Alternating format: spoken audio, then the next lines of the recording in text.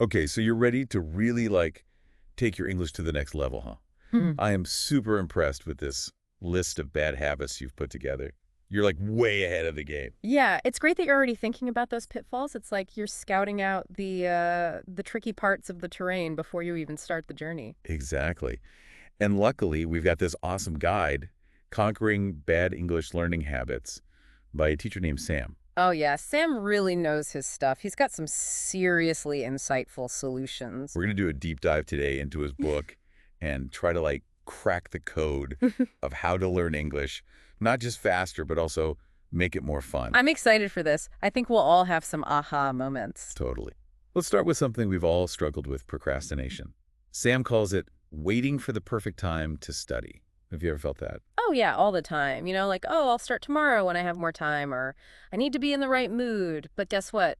That perfect time never actually comes. Right. It's like this mythical beast, this perfect time. And Sam explains this really well. He says it's all about how our brains work. Our brains are wired to choose easy rewards now instead of working for bigger rewards later. So, scrolling through social media feels more rewarding than studying verbs, even though we know speaking English fluently is the bigger reward in the long run. Exactly. But here's the cool thing about Sam's solution. It's so simple. He suggests just doing 15 minutes of practice every day. Just 15 minutes. That almost seems too easy. Does that really make a difference? It totally does. Because it's not about intensity, it's about consistency. Those small, consistent actions build up over time. So it's like, even if I just review a few vocab words or listen to an English podcast while I'm making dinner, that still counts. Absolutely. Every little bit adds up. Think of it like building a muscle. You don't get ripped by lifting weights for 5 hours once a month. It's about those regular, consistent workouts. Okay, I can totally get behind that. Yeah. What about this? The fear of making mistakes. Oh my gosh, I've totally been there, fumbling through a conversation and feeling super awkward.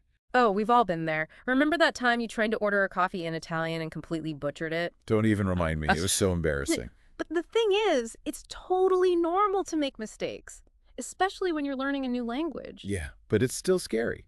What if people judge me? Well, Sam has this great perspective on this. He calls those mistakes feedback moments. Back moments. Yeah, like instead of seeing them as failures, see them as opportunities to learn and improve. I never thought about it that way. He even suggests a really cool trick. When you're talking to someone, just tell them up front, I'm still learning. Could you correct me if I make a mistake? Oh, that's a good idea. That takes the pressure off. Exactly. You're turning a potentially embarrassing situation into a learning opportunity. Okay, so what about this? I'm sure a lot of people can relate to this. Getting bogged down by grammar rules. It's like Yeah. you're trying to memorize all these complicated rules, but you don't really understand how to use them in real life. Yeah, it can be overwhelming. It's like all these rules and exceptions and tenses. Yeah. Sometimes it feels impossible to keep it all straight. It's like trying to bake a cake by just reading the recipe. You need to actually get your hands dirty and try it out. And that's exactly what Sam suggests. Learning grammar in context. What does that mean? It means instead of just memorizing rules from a textbook, try to experience the language in action. So watch TV shows, listen to music, read stories, talk to native speakers. Oh, so learn by doing, not just by studying. Exactly. That way you see how grammar is actually used in real life situations, not just in a textbook. I like that. Yeah. What about another common struggle translating in your head? It's like every time I want to say something, I have to first think about it in my native language and then translate it to English. Oh, yeah, that's a big one. And it can really slow you down. It's like trying to run a race while carrying a dictionary around. Totally. How do you break that habit? Sink has a great tip for this. Train your brain to think directly in English. But how do you even do that? Start small. Try describing the things around you in English, or making your grocery list in English. You can even try thinking in English while you're doing everyday tasks like showering or cooking. So basically, immerse myself in the language as much as possible. Exactly. The more you practice thinking in English, the more natural it will become. Okay, this one hits close to home for me. Pronunciation. I know it's important, but it's easy to forget about it when you're so focused on grammar and vocab. Pronunciation is definitely key. It's like, even if you have amazing grammar and vocabulary, if people can't understand what you're saying, it's all for nothing. Yeah, good point. What are some ways to improve pronunciation?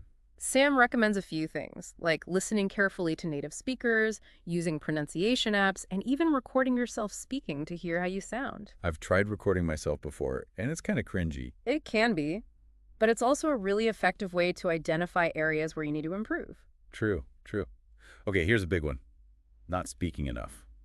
I know I need to practice speaking more, but sometimes it's hard to find opportunities. I totally get it. But Sam has some creative solutions for this.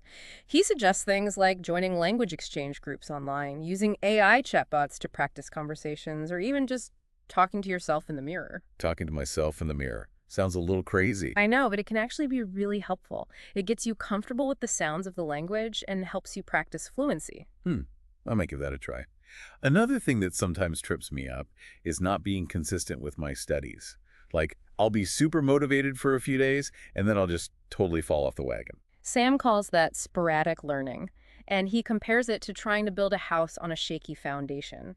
You need that solid base of consistent practice to make real progress. So, like, even if it's just 15 minutes every day, it's better than studying for hours one day and then doing nothing for a week. Exactly. Consistency is key. And setting goals can help you stay on track, too. What kind of goals? Any kind that works for you. Maybe it's learning 10 new verbs every week, or being able to hold a basic conversation for 5 minutes, or even just feeling more confident when you speak. Goals are good. They give you something to work towards. What about materials? Sometimes I get stuck with boring textbooks that just make me want to fall asleep. Sam talks about this too. He says it's super important to choose engaging materials that actually interest you.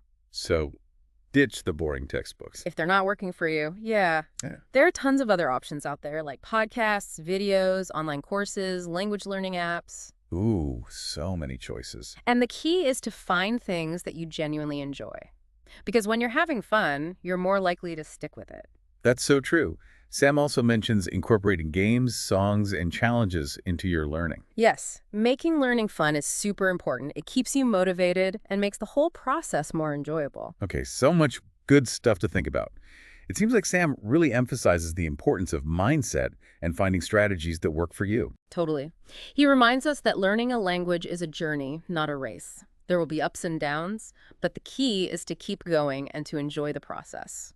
Love that. So, folks, think about what we've discussed today. What are your biggest learning challenges, and how can you apply Sam's advice to overcome them? And remember, learning English isn't just about acquiring a skill. It's about opening up a whole new world of possibilities. Enjoy the adventure.